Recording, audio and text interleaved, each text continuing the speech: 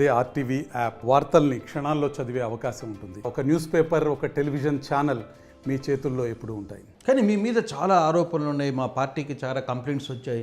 మా మీద మీరు భూ కబ్జాలు చేస్తారు, తర్వాత ఇతర దౌర్జన్యాలు చేస్తారు. మీకు ఇక్కడున్న వైసీపీ వెల్లంపల్లి లాంటి నాయకులతో మంచి డీలింగ్స్ ఉన్నాయి. భూ కబ్జాలన్నీ మీరే దగ్గరుండి నడిపిస్తారు ఇద్దరు కలిసి అని మీ పార్టీ నాయకులే కదా మాట్లాడుతున్నారు. ఇప్పుడు పార్టీ కదా, గత పార్టీ నాయకులు.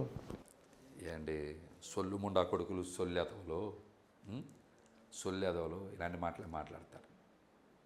ఇలాంటి మాటలే మాట్లాడతారు. భూపద్య చేసిన వాళ్ళు ఎఫ్ఐఆర్లో ఉన్న పార్టీలో పవన్ కళ్యాణ్ గారు పక్కనే కదా ఉన్నారు. ఆస్తులు కొట్టేసిన వాళ్ళు విశాఖపట్నంలో కూర్చొని మాట్లాడుతున్నారు కదా. ఏ హాస్పిటల్ భూమో, ఏ హాస్టల్ భూమో చెప్పమంటారు అలాయన్నీ? చెప్పచ్చు కదా, ఒక లిస్ట్ ఒకటి రెండు చెప్పచ్చుగా. ఆ కేసులని ఎవరి మీద ఉన్నాయి వాళ్ళకి తెలియదా? నా మీద ఏమైనా ఉంటే చూపించమని చెప్పండి. ఏమనంటే చూపించమని చెప్పండి. నేను ప్రతిదీ కూడా వాస్తవాలు మాట్లాడుతున్నాను. నేను ఆస్తులు అమ్ముకుంటే, కబ్జాలు చేస్తే ఆస్తులు అమ్ముకుంటాడు ఎవడన్నా? అన్ని లిస్టు పెడతానని చెప్పాను కదా, మీకు కూడా పంపిస్తానని చెప్తున్నాను కదా. బాగోదని కొన్ని పేపర్లు బయటికి పెడతలేదు. ఇచ్చేయమంటే ఇచ్చేస్తాను. ఇచ్చేస్తే మీకు అన్ని నెంబర్లు పంపిస్తా. 2019 నుంచి 2023 వరకు అమ్మినయే పంపిస్తాను.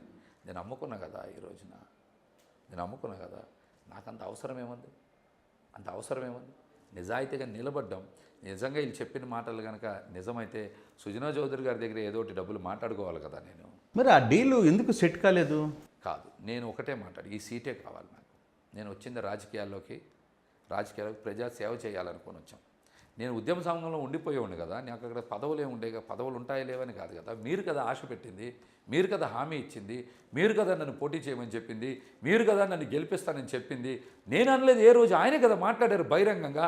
ఎందుకు మాట మీద నిలబడరని అడిగా నేను ఎక్కడ చెప్పలేదు కదా. ఆయనే కదా 10 సార్లు చెప్పాడు, పోతిన మహేష్కి సీట్ ఇస్తా, ఇది నా సీటు, ఆయన సీటు కాదు, గెలిపిస్తా, ప్రభుత్వం వస్తే బొగ్గకారులో ఎక్కిస్తా.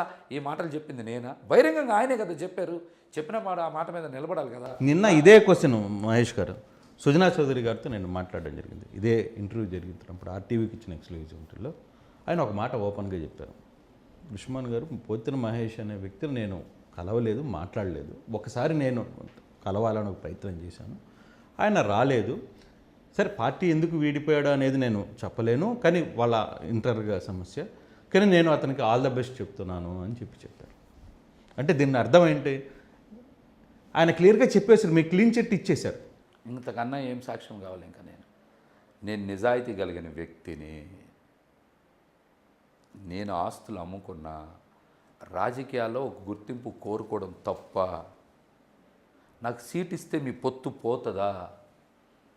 బీసీలే త్యాగం చేయాలా? కమ్మ సామాజిక వర్గం వారు త్యాగం చెయ్యరా?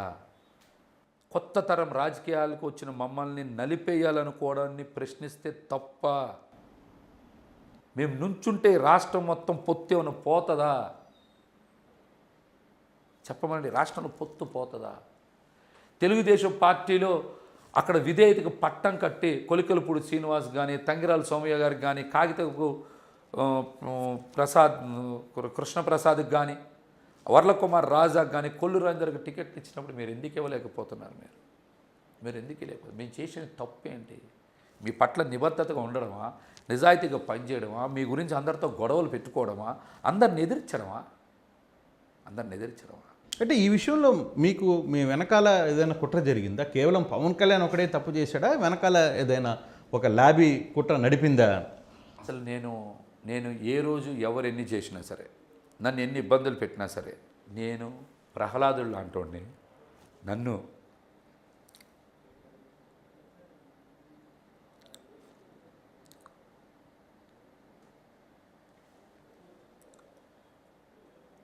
పవన్ కళ్యాణ్ అనే వ్యక్తి కాపాడతాడని నమ్మా. ఎవ్వరున్నా లేకపోయినా సరే పవన్ కళ్యాణ్ నిలబడతాడు. నిలబడాలి. అదే నా కోపం, అదే నా బాధ. నిలబడతాడు అనుకున్నా కదా, నిలబడాలి. నన్ను ఏడిపించారు అందరు పార్టీలు, ఇబ్బంది పెట్టారు. నిలబడతాడు అనుకున్నా కదా, ఎందుకు వదిలేశాడు? నేను నిలబడ్డా కదా, అందుకే నేను నిలబడ్డా కదా, ఎందుకు వదిలేశాడు? నన్ను వదిలేశాడు, కావాలని వదిలేశాడు. అరే డబ్బులే కావాలనుకుంటే నీకు డబ్బుల మీద అంత పిచ్చుంటే మాలాంటి వాళ్ళని ఎందుకు ఏడిపించాలి? నీకు అంత అవసరం అనిపించే డబ్బు మీద పిచ్చుంటే మమ్మల్ని కూడా అడిగితే మా దగ్గర ఉంటే ఇచ్చేవాళ్ళు, లేకపోతే నమస్కారం పెట్టేవాళ్ళు. నువ్వు నిలబడతావు కదా నమ్మే నేను. పార్టీలో ఎంతమంది ఏడిపించినా నువ్వు నిలబడతావు అనుకున్నా కదా. తెలీదా నీకు నన్ను ఎంతమంది ఏడిపించారు? మీకే చెప్పే కదా నేను. చెప్పారు ఆ విషయం? చెప్పే కదా ఆయనకి డైరెక్ట్గా ఎవరెవరు ఏడిపిస్తున్నారు చెప్పే కదా ఆయనకి పేర్లు. ఆయనకి తెలీదా? నేను చెప్పే కదా. తెలీదు ఆయనకి పేర్లన్నీ చెప్పమనండి. నేను లిఖితపూర్వకం కూడా కంప్లైంట్స్ ఇచ్చా కదా ఎవరెవరు చేస్తున్నారు అనేది, ఆధారాలతో సహా బయట పెట్టా కదా. మీరు ఎందుకు చర్యలు తీసుకోవాలా? నువ్వు నిలబడలేదు కదా మా తరపున. అయినా నేను నమ్మా నువ్వు నిలబడలా. తప్పు నీది. నేను ఇలాగే మాట్లాడతా. నువ్వు ఎందుకు నిలబడలా? డబ్బులు ఇస్తే మీ అమ్మని తిట్టినోళ్ళు కూడా ఓకేనా నీకు? ఓకేనా? ఆయనే చెప్పాలి సమాధానం. కానీ ఇప్పుడు దాకా మీరు ఎన్నిసార్లు పవన్ కళ్యాణ్ని కలిసి ఉంటారు? అంటే మామూలుగా స్ట్రైట్గా పవన్ కళ్యాణ్ని కలవడం మాట్లాడడం కావచ్చు, చాలా ప్రాంతాల్లో దాదాపుగా ఒక 100 సార్లు కలిసి ఉంటారు. చాలాసార్లు కలిసిన నేను చాలా తక్కువ మాట్లాడే ఉన్నా ఆయనతో.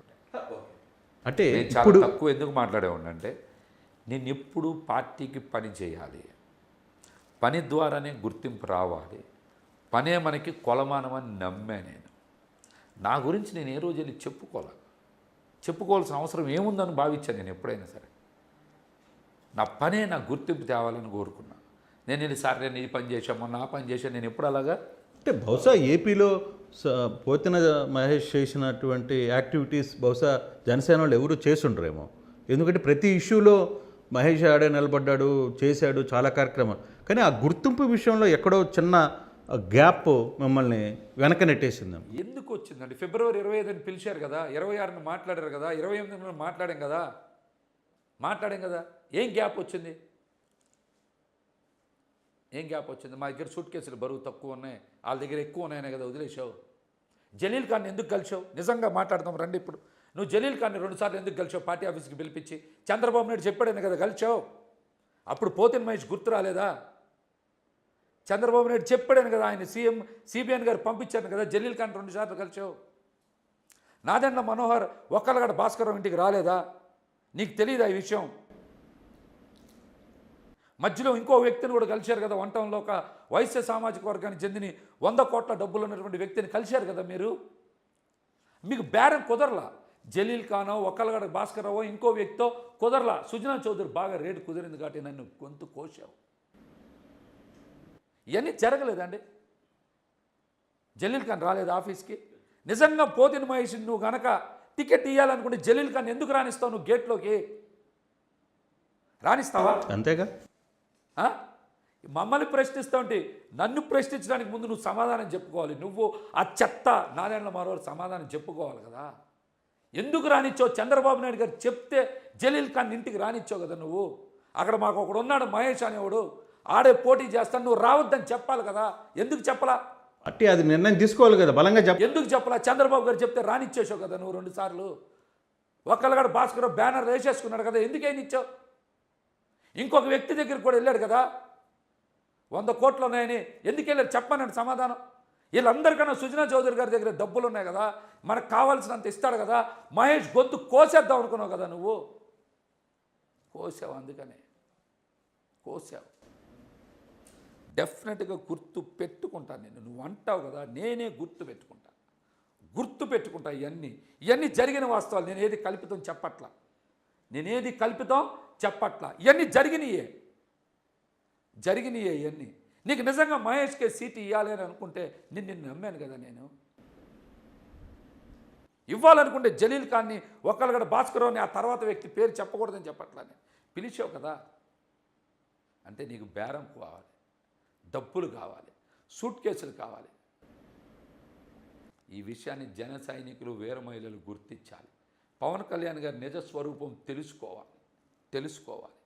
ఆయన నటుడే, ఎప్పటికీ నాయకుడు కాలేడు. ఆయన నటుడే. ఇప్పుడు జగన్ని కలిసిన నేపథ్యంలో ఎలా ఫీల్ అయ్యారు? ఇప్పుడు దాకా చాలా తీవ్రమైన విమర్శలు చేశారు వైసీపీ మీద చాలా కాలంగా. మీరందరూ కూడా ఒక పక్క నుంచే మాట్లాడతాను. నో నో నో ప్రాక్టికల్గా చెప్పండి. జరిగింది, నేను- ప్రాక్టికల్గా నేను జరిగింది. ఎందుకంటే మీ ప్రోగ్రామ్స్ చాలా కవర్ చేస్తున్నాను కాబట్టి అవును, దాంట్లో మీరందరూ కూడా వైసీపీ ఒకవైపే మీద మాట్లాడుతున్నారు. ఎందుకంటే ఒకవైపు మాట్లాడుతున్నారని చెప్తున్నానంటే మేము ప్రతిపక్షంలో ఉన్నప్పుడు ఖచ్చితంగా ప్రజల తరపున మేము మాట్లాడాలి, ప్రజల తరపున ప్రశ్నించాలి. ఎక్కడైనా నా వ్యక్తిగతంగా ఏమైనా అడిగానా? అన్ని ప్రజల తరపునే కదా అడిగా. ప్రభుత్వాన్ని కాబట్టి ఎవరిని ప్రశ్నిస్తా? ప్రభుత్వమే కదా పని చేయాలి. రోడ్లు వేయాలన్నా ప్రభుత్వాన్ని అడగాలి, మంచినీళ్ళు కావాలన్నా ప్రభుత్వాన్ని అడగాలి, ఇళ్ల పట్టాలు రిజిస్ట్రేషన్ కావాలన్నా ప్రభుత్వాన్ని అడగాలి. ఇలాంటివన్నీ ప్రజల కోసమే కదా అడిగాను, నా వ్యక్తిగతం ఏమైనా అడగలేదు కదా. మీరందరూ కూడా గొడవలు పెట్టుకున్నాం, తిట్టావు, విమర్శలు. నేను ప్రజల తరపునే ప్రశ్నించా. ఎక్కడా కూడా నేను హద్దు మీరి ఇష్టం వచ్చినట్టు మాట్లాడాలి. అవినీతి ఆరోపణలు ఉన్నప్పుడు కొంతమంది మీద గట్టిగా మాట్లాడాను. నేను ప్రజల తరపునే పనిచేశాను. ప్రజల తరపునే పనిచేశాను. అందుకనే నేను నిజాయితీగా ఉండాలనుకున్నా. నేను వచ్చినప్పుడు నిజాయితీగా ఉన్నా. దానివల్ల కొంతమందికి ఇబ్బందులు రావచ్చు. కానీ నాకు ఎవరి దగ్గర ఎవరి మీద వ్యక్తిగత కక్షలు లేవు, వ్యక్తిగత విభేదాలు లేవు. నాకు వాళ్ళకి ఎక్కడ గొడవలు అంతకు ముందు లేవు, ఆ తర్వాత లేవు. అన్నీ రాజకీయంగా పడినటువంటి విమర్శలే. కాబట్టి దాన్ని నేను పెద్ద ఇబ్బంది. సరే, మీరే కదిలే మీ నాయకుడు ఎన్ని మాట్లాడాడు, మళ్ళీ ఇప్పుడు తెలుగుదేశం మీద చాలా మాట్లాడాడు కదా. బీజేపీని కూడా మరి చాలా ఉన్నాయి. బీజేపీని కూడా మాట్లాడు. కాబట్టి నేను అవన్నీ కూడా పెద్ద ఇబ్బంది కావు. జగన్మోహన్ రెడ్డి గారు ఖచ్చితంగా, నేను సుబ్బారెడ్డి గారిని కలిసిన తర్వాతనే జగన్ గారిని కలిశాను. వారు కూడా, సుబ్బారెడ్డి గారు కూడా నన్ను చాలా ప్రేమగా దగ్గర తీసుకున్నారు. ఖచ్చితంగా మంచి చేస్తామని చెప్పారు. మహేష్, ఖచ్చితంగా ప్రభుత్వం వస్తుంది, ప్రభుత్వంలో నీకు మంచి చేస్తామని మాట ఇచ్చారు. ఖచ్చితంగా వాళ్ళ మాట మీద నిలబడే ఫ్యామిలీ అని మనకి రాష్ట్రం ఎవరిని అడిగినా చెప్తాను. ఎమ్మెల్సీ ఆఫర్ వచ్చింది, కరెక్టేనా? నేను ఒక్కటే చెప్తున్నాను, ప్రస్తుతం నా లక్ష్యం. నేను పొద్దున్న జగన్మోహన్ రెడ్డి గారితో, సీఎం గారితో మాట్లాడినప్పుడు కూడా ఒకటే మాట్లాడు. ఎట్టి పరిస్థితుల్లో పశ్చిమ నియోజకవర్గంలో వైసీపీ అభ్యర్థి గెలవాలి, ఖచ్చితంగా గెలవాలి. ఆ గెలుపు కోసం నా సాయి శక్తిలో పనిచేస్తా. ప్రస్తుతం నా ముందున్న లక్ష్యం అదే. ఆ అంశం మీద చాలా బలంగా పనిచేస్తా. రెండోసారి జగన్మోహన్ రెడ్డి గారు ముఖ్యమంత్రి కావాలని మనస్ఫూర్తిగా కోరుకుంటున్నా.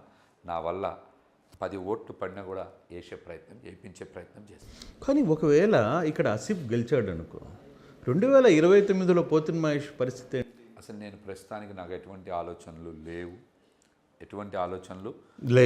ఎస్, మీరు ఇక్కడ 2000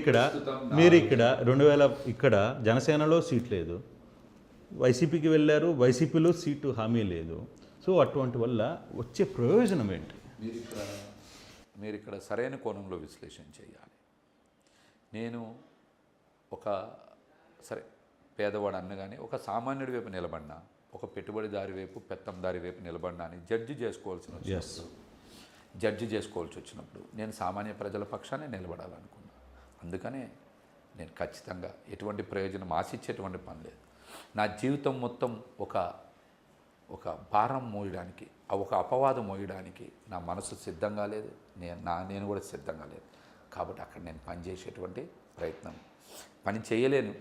అట్లాగనే జనసేనకి అసలు ఉండకూడదు అనేది నా భారం మొత్తం తొలగిపోయింది. అసలు నేను చాలా హాయిగా ఉన్నాను, రిలీఫ్ అయిపోయారా? చాలా రిలీఫ్గా ఉన్నా. కాబట్టి నేను ఖచ్చితంగా అటువంటి వ్యక్తులు ఈ ప్రాంతానికి అవసరం లేదు. పేదల కష్టం తెలవనటువంటి వ్యక్తులు, పేదల బాగోగులు తెలవనటువంటి వ్యక్తులు, ఎప్పుడు సూటు బూటు వేసుకొని ఫ్లైట్లో తిరిగేటువంటి వ్యక్తులు కూడా ఆలోచన చేయాలి. రాజ్యసభ చేశారు, కేంద్ర మంత్రి చేశారు, ఒక ఎమ్మెల్యేగా పోటీ చేయాల్సిన అవసరం మీరు ఏమొచ్చింది? యువత నాలాంటి వాళ్ళని ప్రోత్సహించవచ్చు కదా. ఆయన కూడా ఆల్ ద బెస్ట్ చెప్పాను అంటున్నారు కదా. ఆల్ ద బెస్ట్ చెప్పడం అంటే అది కాదు. ఆల్ ద బెస్ట్ అంటే మహేష్ నువ్వు పోటీ చేయి, నా మద్దతు నీకు ఇస్తా అని చెప్పచ్చు కదా. 62 ఏళ్ళు 64 ఏళ్ళు ఉన్నటువంటి వ్యక్తి ఒక 47 ఏళ్ళ వ్యక్తికి ఆల్ ద బెస్ట్ చెప్పి ఏదో పెద్ద మనసు చాటుకున్నట్టు కాదు. నువ్వు త్యాగం చేయాల్సింది నా గురించి. ఒక బీసీ గురించి త్యాగం చేస్తే చరిత్రలో నిలబడేవాడు. నువ్వు ఆ త్యాగం చేయలేదు కదా. త్యాగం చేయకుండా ఆల్ ద బెస్ట్ చెప్తావేంటి? బాగా తెలివితేటలు ఎక్కువయ్యి పాలిష్డ్ లాంగ్వేజ్ వస్తే అటువంటి మాటలు వస్తాయి. త్యాగం మీరు చేసేటువంటి వయసుని మీరు చేయాలి. మేము ఎందుకు చేయాలి? అవకాశం కల్పించవచ్చు, అవకాశం కల్పించే ప్రయత్నం కూడా చేయొచ్చు కదా అంటున్నా సుజనా చౌదరి. మరి ఆయన కూడా వదిలేసుకొని నేను ఎంపీగానే పోటీ చేస్తా, ఈ స్థానం మహేష్కి ఇవ్వండి, జనసేన పార్టీలో పనిచేసాడు అంటారని ఆ ప్రయత్నం చేయొచ్చు కదా ఆయన. సో ఫైనల్గా జనసేన పార్టీ నుంచి వదిలిన తర్వాత రిలీఫ్ అయిన మెంటల్గా రిలీఫ్ అయిన మహేష్ వైసీపీలోకి ఏం చేయబోతున్నాడు? నేను మీకు చెప్పాను, సీఎం జగన్మోహన్ రెడ్డి గారు కూడా నాతో మాట్లాడతాం, మహేష్ ఖచ్చితంగా రాజకీయంగా నీ ఉన్నతి కోసం ప్రయత్నం చేస్తాం, ఖచ్చితంగా నిలబెడతాం, నీకు కూడా మంచి వాయిస్ ఉంది, ఖచ్చితంగా నిన్ను భవిష్యత్తు బాగుంటుంది అని సీఎం జగన్మోహన్ రెడ్డి గారు చెప్పారు, సుబ్బారెడ్డి గారు కూడా చెప్పారు. వారి మాటల మీద నాకు సంపూర్ణ నమ్మకం, విశ్వాసమునే. నా ముందున్న ప్రస్తుత లక్ష్యం పశ్చిమ నియోజకవర్గంలో వైసీపీ అభ్యర్థిని ఖచ్చితంగా గెలిపించేందుకు సాయశక్తిలో పనిచేస్తా. అన్ని రకాలుగా ఈ నెల రోజులు పూర్తి స్థాయిలో పనిచేయడానికి నేను సంసిద్ధంగా ఉన్నా, ఖచ్చితంగా పనిచేస్తాను. Thank you, all the best. మరిన్ని వీడియోస్ కోసం ఛానల్ ని సబ్స్క్రైబ్ చేయండి, లేటెస్ట్ అప్డేట్స్ కోసం వాట్సాప్ ఛానల్ ని ఫాలో చేయండి అండ్ లింక్ డిస్క్రిప్షన్ లో ఉంది.